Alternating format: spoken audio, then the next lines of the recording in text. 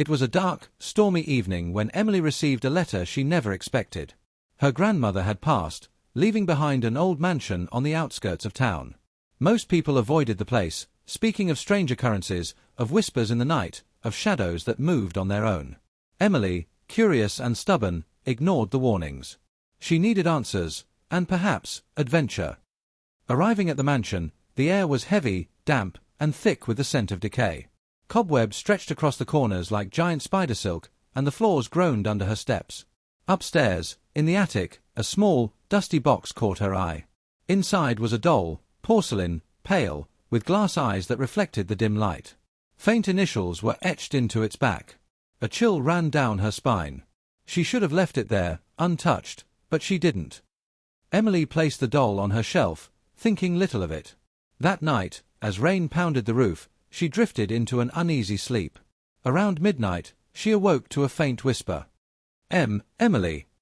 She heard, soft, like a breeze through the cracks.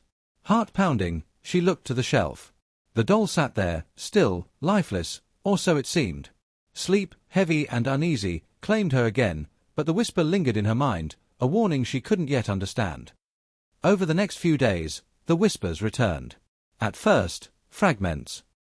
Emily, soft, almost tender. Then more distinct. The doll seemed to know her. Emily, I see you. Emily, don't sleep. She tried to rationalize, telling herself it was her imagination. But late at night, she would awaken to shadows moving unnaturally, reflections in mirrors that shouldn't be there. And always, that quiet, almost pleading whisper. Friends came to visit. They laughed nervously at the old doll, calling it a cute antique. But when Emily showed them, the doll was silent, innocent, lifeless. Only she could hear it, only she could feel its gaze. One rainy evening, Emily discovered a hidden compartment beneath the attic floorboards. Inside was an old diary, its pages yellowed and brittle. The entries spoke of dolls that weren't dolls, objects that listened, learned, and waited. It described a pattern, a curse that spanned generations. The doll, it said, could learn the name of its owner. Once it knew your name, it whispered it. Then, if ignored, it came alive, and entered your world fully. A final warning chilled her to the bone: do not let it call your name more than thrice. The fourth time, it enters your room. Emily shivered. The whispers were growing stronger. The doll's eyes seemed to watch her wherever she went. By the third night, the doll's whispers became impossible to ignore. Emily, Emily, Emily. The voice was now right beside her bed. She spun around, but the doll sat on the shelf, still as stone. Fear clamped her chest. The room grew cold. Shadows twisted in impossible angles across the walls. Her heart raced as she realized, the warning wasn't superstition. It was real. It was coming. The fourth night arrived, the air heavy with anticipation. Emily awoke to the sound of footsteps, soft, deliberate, slow, approaching her bedroom door. She tried to scream, but no sound emerged. The door creaked open. There, in the doorway, stood the doll. Bigger somehow, moving like a human. Its eyes glimmered with life. Emily. It said clearly, with a voice deep, unnatural, and terrifying. Panic surged as the doll took its first step toward her. Emily ran. The mansion, once familiar, became a maze. Every hallway twisted unnaturally, doors slammed shut behind her. The doll followed, always just a step behind. No matter where she hid, it found her.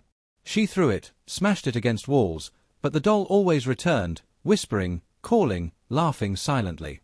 The air grew colder, heavier. The house itself seemed alive, complicit in the hunt. Emily realized she wasn't fighting just a doll. She was fighting the mansion, the curse, and the darkness itself. Desperate, she sought the oldest resident in town, a recluse named Mr. Hargrove. He revealed the horrifying truth: the doll chooses its owner every few generations. It feeds on fear. Once it knows your name, it will never let you go. It's patient, cunning, relentless. Some say it can spread beyond its porcelain shell. Some say it can consume the soul itself. He handed her a set of instructions, a ritual to contain it, temporary and dangerous. Candles, salt, and an incantation that might hold it back, for a moment. The final note chilled her: it always finds a way back. Always. That night, Emily prepared the ritual. Candles flickered in the dark, salt forming a perfect circle. She whispered the incantations, each word trembling on her lips. The doll watched, unblinking, patient. As the final chant left her mouth, the room shook. Shadows danced violently. The doll tried to cross the circle.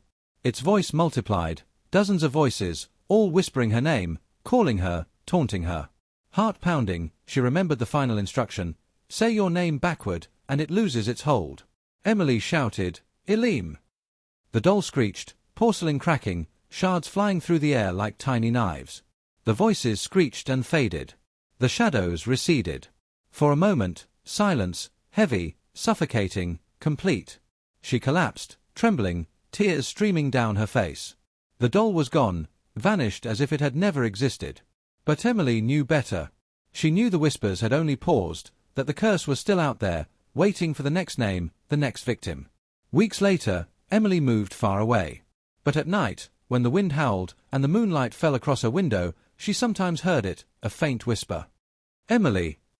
She shivered, knowing, just knowing, that somewhere, out there, the doll was learning, watching, waiting, and it would call again.